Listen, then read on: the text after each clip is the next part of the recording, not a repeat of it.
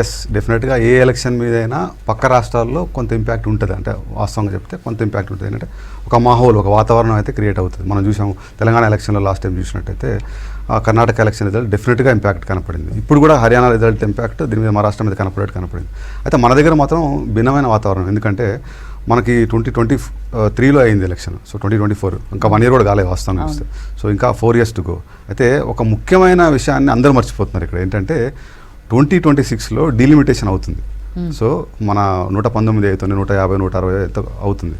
So అయినాక తర్వాత దేశం మొత్తంలో ఒక జమిలీ ఎలక్షన్ వచ్చేటువంటి ప్రాతిపదిక కూడా ఉంది. 1 nation 1 election వచ్చే ప్రాతిపదిక కూడా ఉంది. సో కంప్లీట్గా ఎలక్షన్ అనేది ఇప్పుడు అసలు ఎవరు ఏం దాని గురించి మాట్లాడుకున్నా కానీ తెలంగాణ ఒక సామెత ఉంది కదా, పెళ్లి కాకముందే పిల్లల గురించి మాట్లాడుకున్నాం. సో అట్లా మనం it's two early to talk all this. కాకపోతే ఒక్క విషయం మాత్రం మనం గుర్తుపెట్టుకోవాలి. ఏంటంటే మనం తెలంగాణ ఎలక్షన్ డిసెంబర్లో జరిగినటువంటి ఎలక్షన్ని ఒక విశ్లేషణ పదంగా చూసినట్టయితే కనుక జస్ట్ 6 months బిఫోర్ ఎలక్షన్, అంటే డిసెంబర్లో మన 2023లో ఎలక్షన్ జరిగితే 6 months before the fight was clearly between BJP and BRS. అవును, కాంగ్రెస్ వాజ్ థర్డ్ పొజిషన్లో ఉన్నది. కానీ రేవంత్ రెడ్డి గారు అనే ఒక స్ట్రాంగ్ లీడర్షిప్ వాళ్ళకి రావడం వల్ల, టీపీసీసీ ప్రెసిడెంట్ కావడం, ఆయన నిజంగా అంటే కాంగ్రెస్కి ఊపిరి పోసారు అనేటువంటి ఒక కూడా వెళ్ళింది. సో ఆయన లీడర్షిప్ వచ్చింది. నిజంగా he was able to pull all the leaders together. అంటే వాస్తవం కూడా is able to do.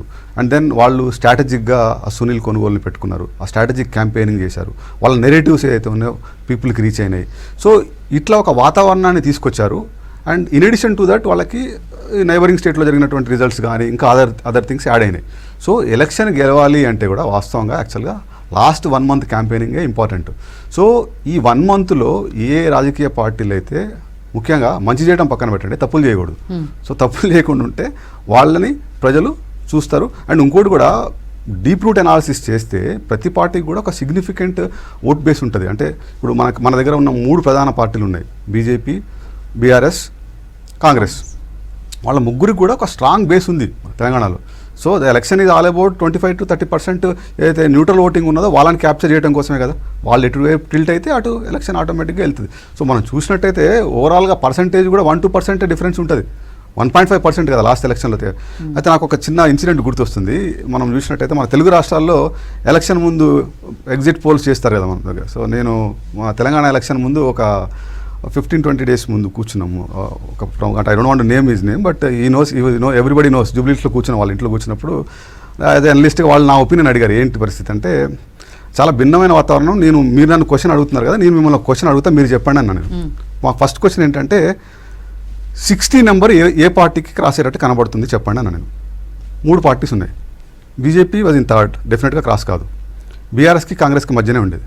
So ఎవరికి రీచ్ అవుతున్నట్టు దగ్గర కనబడుతుంది అంటే కన్నా డెఫినెట్గా కాంగ్రెస్కే కొంత ఎడ్జ్ కనపడింది. ఎందుకంటే యాంటీ ఇన్కంబెన్సీ ఎక్కువ ఉంది. కేసీఆర్ గారు చాలా తప్పులు చేసినట్టు క్లియర్ కనపడింది. ఏంటంటే లోకల్లో ఉన్నటువంటి ఎమ్మెల్యేల మీద విస్తృతమైనటువంటి వ్యతిరేకత ఉంది. అండ్ 100 MLAsని ముందే చాలా చాలా చాలా మిస్టేక్స్ జరిగినాయి. అండ్ దేర్ ఎంటైర్ నెరేటివ్ని మళ్ళీ చెప్తున్నాను, their entire campaign narrative was absolutely disastrous. ఎందుకంటే వాళ్ళకి ప్రజల్లో ఏదైతే విశ్వసనీయత లేదో అదే అంశాన్ని తీసుకొని మళ్ళీ వెళ్ళారు. కానీ కాంగ్రెస్ క్యాంపెయిన్ వాజ్ ఫెంటాస్టిక్. అంటే వేరే బీజేపీ కన్ఫ్యూజన్లో ఉండే అక్కడ కూడా బీజేపీ. సో ఈ నెరేటివ్స్ అన్ని చూస్తే ఆ వాతావరణాన్ని సరిగ్గా కాంగ్రెస్ నాయకత్వం తెలంగాణలో క్యాప్చర్ చేసుకోగలిగింది రేవంత్ రెడ్డి గారి నాయకత్వంలో. ప్లస్ బీఆర్ఎస్కి ఇంకొక డిసడ్వాంటేజ్ ఏంటంటే ప్రతి ఒక్క జిల్లాలో వాళ్ళకు ఒక స్ట్రాంగ్ రెబల్ వాళ్ళ ఓన్గా పార్టీలో పనిచేసిన వాళ్ళే తయారయ్యారు. ఫర్ ఎగ్జాంపుల్ పెద్దపల్లి జిల్లాలో V6లో మన వివేక్ గారిని కోల్పోవడం అనేది బీఆర్ఎస్కి నిజంగానే కాంగ్రెస్కి ప్లస్. అట్లానే పొంగులేటి శ్రీనివాసరెడ్డి గారు అట్లా దేవర్ able to lose many people. ఇక్కడ కొండా విశ్వేశ్వరరెడ్డి గారు అట్లా దేవర్ ఎబుల్ టు లూజ్. బీజేపీ కూడా కొంతవరకు దీన్ని క్యాపిటలైజ్ చేసుకోగలిగింది. అందుకని వాళ్ళకి 8 వరకు వచ్చినాయి. వాళ్ళు ఇంకా స్ట్రీమ్ లైన్ చేసి ఉంటే కానీ వాళ్ళకి 15 to 20 వచ్చేది. వచ్చుంటే ఒకవేళ తెలంగాణ ఏమయ్యేది? తెలంగాణ కూడా బిన్న హంగ్ కదా, అంతే కదండి. సో అక్కడ మనము ఈ ఎలక్షన్ తీసుకొని తెలంగాణలో ఏమవుతుంది అని చెప్పడం అనేది too early to comment in my opinion.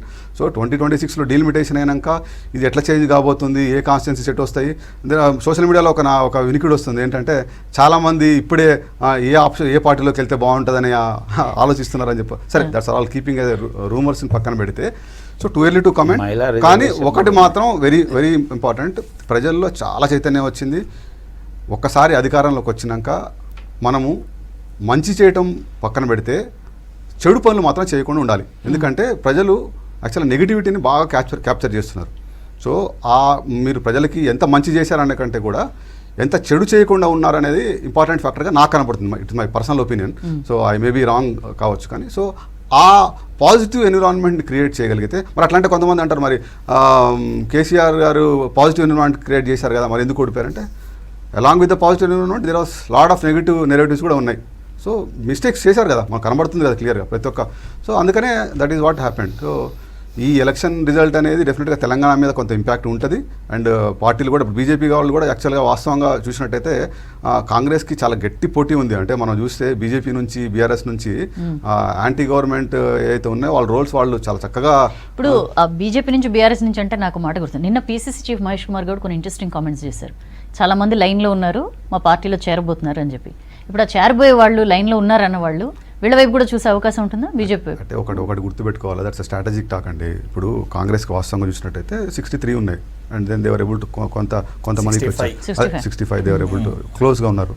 So వాస్తవంగా చెప్తే బిగ్గెస్ట్ స్ట్రెంత్ ఏం లేదు. అంటే అంతకుముందు ఉన్న గవర్నమెంట్లో వాళ్ళకి 100+ ఉండేది.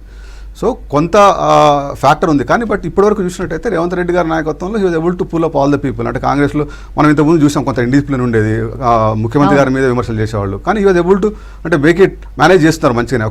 ఒక నాయకత్వంగా గుడ్ లీడర్గా స్ట్రాంగ్ లీడర్గానే కనబడుతుంది ఓవరాల్గా చూసినట్టయితే ఓవరాల్ ఎన్విరాన్మెంట్. సో అది అంత బ్రేక్ చేసి ఇప్పుడు తీసే అంత అంటే సిచ్యువేషన్ అయితే పొలిటికల్గా ఎవరు తీసుకోరు రిస్క్, ఎందుకంటే 4-5 years ఉంది కాబట్టి. So all game will start in 2026 in my opinion. Seshu గారిని అడుగుదాం. శేషు గారు, మీ అండర్స్టాండింగ్ ఏంటి సార్? మన రాష్ట్ర రాజకీయాల మీద ఎలాంటి ఇంపాక్ట్ ఉంటుందన్న దాని మీద ఏం చెప్తారు? దానికంటే ముందు ఒక చిన్న వివరణ ఇస్తాను మీకు. నేను జార్ఖండ్ లో గెలుపు, మహారాష్ట్రలో ఓటమిని ఒకే ఘాటున కట్టలేం మనం. ఎందుకంటే జార్ఖండ్ లో లీడ్ తీసుకున్న పార్టీ జేఎంఎం, కాంగ్రెస్ కాదు. మీరు జార్ఖండ్ లో 28 ఎస్టీ రిజర్వ్డ్ శాసనసభ స్థానాలు ఉంటే లాస్ట్ ఎన్నికల్లో జేఎంఎం అండ్ కాంగ్రెస్ కూటమి 26 గెలిచింది, బీజేపీ గెలిచింది 2. బట్ ఈసారి అక్కడ బ్రేక్ చేయాలని బీజేపీ అనుకుంది. బట్ ఆ బ్రేక్ ని సక్సెస్ఫుల్ గా కంట్రోల్ చేసుకోగలిగాడు హేమంత్ సోరెన్. అందుకే ఇప్పుడు అక్కడ జార్ఖండ్ లో మీకు జేఎంఎం అండ్ కాంగ్రెస్ కూటమి అధికారంలోకి వస్తుంది. మీరు వెరాజ్ మీకు మహారాష్ట్రకు వచ్చేసరికి మహారాష్ట్రలో కాంగ్రెస్ బలంగా ఉండేటటువంటి విదర్భ, మరఠ్వాడలో కాంగ్రెస్ తన బలాన్ని నిలబెట్టుకోలేకపోయింది. అందుకే ఇక్కడ బిగ్ ఓటమి మనకు కనపడుతుంది. రెండోది, మహావికాస్ అగాడి కూటమిలో కాంగ్రెస్ పెద్దన్న పాత్ర. బట్ కాంగ్రెస్ కూటమిని సమర్థవంతంగా ముందుకు నడపలేకపోయింది, ఇన్ టైంలో టికెట్లు కేటాయించలేకపోయింది, బలంగా తన క్యాంపెయిన్ ని ప్రజల్లోకి తీసుకుపోలేకపోయింది. కాబట్టి ఇక్కడ ఫెయిల్యూర్ కనపడింది. రెండోది, ఇక తెలంగాణకు మీరు అడిగినటువంటి ప్రశ్న ఏంటంటే, నరేంద్ర మోడీ ప్రధానమంత్రి గారు ఎలక్షన్ క్యాంపెయిన్ లో చాలా స్పష్టంగా ప్రజల మధ్య ఉంచినట్టు అంశం ఏంటంటే, తెలంగాణలో మహాలక్ష్మి యోజన కింద 2500 రూపాయలు మహిళలకు ఇస్తామని కాంగ్రెస్ హామీ ఇచ్చింది. కానీ వాళ్ళు ఇప్పటికి సంవత్సరం అవుతుంది అధికారంలోకి వచ్చి, ₹1 ఇవ్వలేదు. కానీ అదే ఏక్నాథ్ షిండే ప్రభుత్వము లడ్కీ బెహన్ అనేటటువంటి పథకాన్ని తీసుకొచ్చింది. మీకు నెలకు 1500 రూపాయలు ఇస్తుంది. మళ్ళీ మేము అధికారంలోకి వస్తే 2100 రూపాయలు ఇస్తాము, అది మాకు వాళ్లకు ఉన్నటువంటి తేడా అనేటటువంటి ఒక స్పష్టమైన క్యాంపెయిన్ చేయగలిగాడు ఇవాళ. అందుకే కదా మీరు మహారాష్ట్రలో గతంలో 59% మహిళా ఓట్లు పడితే ఈసారి 63% మహిళా ఓట్లు పడ్డాయి. అంటే మహిళా ఓట్లలో ఒక స్వింగ్ అనేది మహాయుతి కూటమి వైపుకి వెళ్ళింది అనేటటువంటి ఒక అభిప్రాయం ఉంది. కాబట్టి వాళ్ళకి ఆ స్థాయిలో 5 రీజియన్స్ లో బలమైనటువంటి ఓట్ బ్యాంక్ వచ్చింది. మీరు చూడండి, మొత్తం మహాయుతి కూటమి 50% ఓట్లు సాధించింది. అంత కీలకమైనటువంటి ఓట్ బ్యాంక్ రావటానికి ఇలాంటి కారణాలు దోహదపడ్డాయి. రెండోది, తెలంగాణ పైన ఏం ప్రభావం ఉంటుందంటే, మీకు నియోజకవర్గాల డీలిమిటేషన్ గురించి సార్ చెప్తున్నారు కదా. నియోజకవర్గాల డీలిమిటేషన్ 2026 తర్వాత జరుగుతుంది. మన తెలంగాణలో 153 శాసనసభ స్థానాలకి చేరుతాయి. ఆ 153 శాసనసభ స్థానాలు జరుగుతున్నప్పుడు ప్రతి పార్టీలో ఆశావాదులకు అవకాశాలు దొరికే అవకాశం ఉంటుంది. కాకపోతే మనం ఇక్కడ ఒక అంశాన్ని గమనించాలండి. ఒకప్పుడు తెలంగాణలో, అంటే తెలంగాణ రాష్ట్రం ఏర్పాటైన తర్వాత 2014లో కానీ 2018లో కానీ మనకి ద్విముఖ పోటీ జరిగింది. కాంగ్రెస్ కి బీఆర్ఎస్ కి మధ్య ప్రధానమైనటువంటి పోటీ జరిగింది. కానీ మీకు 2024 లోక్సభ ఎన్నికలకు వచ్చేసరికి మొత్తం పొలిటికల్ సినారియో తెలంగాణలో మారిపోయింది, త్రిముఖ పోటీ అయింది. మీరు కాంగ్రెస్ కి, బీజేపీకి, బీఆర్ఎస్ కి మధ్య జరిగింది. బట్ రాబోయేటటువంటి 2028 శాసనసభ ఎన్నికలు, 2029 లోక్సభ ఎన్నికల్లో కూడా తెలంగాణలో ఖచ్చితంగా త్రిముఖ పోటీ జరుగుతుంది. త్రిముఖ పోటీ జరుగుతున్నప్పుడు ఎవరి బలం ఏంటనేది కొంచెం మార్పులు చేర్పులు వచ్చాయి కదా. 2024 లోక్సభ ఎన్నికలకు వచ్చేసరికి 23 శాసనసభ ఎన్నికల నుంచి 24 లోక్సభ ఎన్నికలకు వచ్చేసరికి భారతీయ జనతా పార్టీ తన ఓటు బ్యాంకుని 20% పెంచుకోగలిగింది. కానీ కాంగ్రెస్ 1% ఓటు బ్యాంక్ పెంచుకోగలిగింది. 38 నుంచి 39 వస్తే బీజేపీ 15% నుంచి 35% వచ్చింది. కానీ అదే బీఆర్ఎస్ 37% నుంచి 17% పడిపోయింది. అంటే -20. ఈ బీఆర్ఎస్ కి వచ్చినటువంటి -20 టువర్డ్స్ బీజేపీ వైపుకు వెళ్ళింది. కాబట్టి బీజేపీ ఒక స్ట్రాంగ్ ఫోర్స్ గా ఎమర్జ్ అయినటువంటి ఈ క్రమంలో బట్ ఈ 4 ఏళ్లలో కాంగ్రెస్ ప్రభుత్వము ఇక్కడ చేసేటటువంటి అభివృద్ధి, ఇక్కడ చేసేటటువంటి సంక్షేమము, వాళ్ళు ఇచ్చినటువంటి హామీలే కాంగ్రెస్ ని బలపరుస్తాయా బలహీనపరుస్తాయా అనేది నిర్ణయం అవుతుంది. బట్ దేశవ్యాప్తంగా జరుగుతున్నటువంటి పరిణామాలు, హర్యానా కావచ్చు, ఇప్పుడు జరిగినటువంటి ఎలక్షన్ లో వాళ్ళ మహారాష్ట్ర కావచ్చు, రేపు ఢిల్లీ కావచ్చు, బీహార్ కావచ్చు, ఇక్కడే భారతీయ జనతా పార్టీ ఇట్లా విజయ పరంపర కొనసాగితే అది ఎంతో కొంత తెలంగాణ పార్టీ శ్రేణులపై కూడా ప్రభావం పడుతుంది. అంటే బీజేపీ ఆత్మవిశ్వాసాన్ని పెంచుతుంది. ఖచ్చితంగా మనం గెలవచ్చు అనేటటువంటి ఒక అభిప్రాయానికి బీజేపీ వస్తే ఆ మూడ్ని పబ్లిక్ లోకి తీసుకుపోగలిగితే, but neck to neck fight Congress BJP అన్నప్పుడు మళ్ళా మారిపోతుంది కదా రాజకీయ ముఖ చిత్రం తెలంగాణలో. బట్ బీజేపీకి అడ్వాంటేజ్ వస్తుంటే దాన్ని వాడుకుంటుందా? కాంగ్రెస్ ఈ 4 సంవత్సరాల రూలింగ్ లో తను ఏమి తీసుకోబోతుంది, తను ఏం చేయబోతుంది?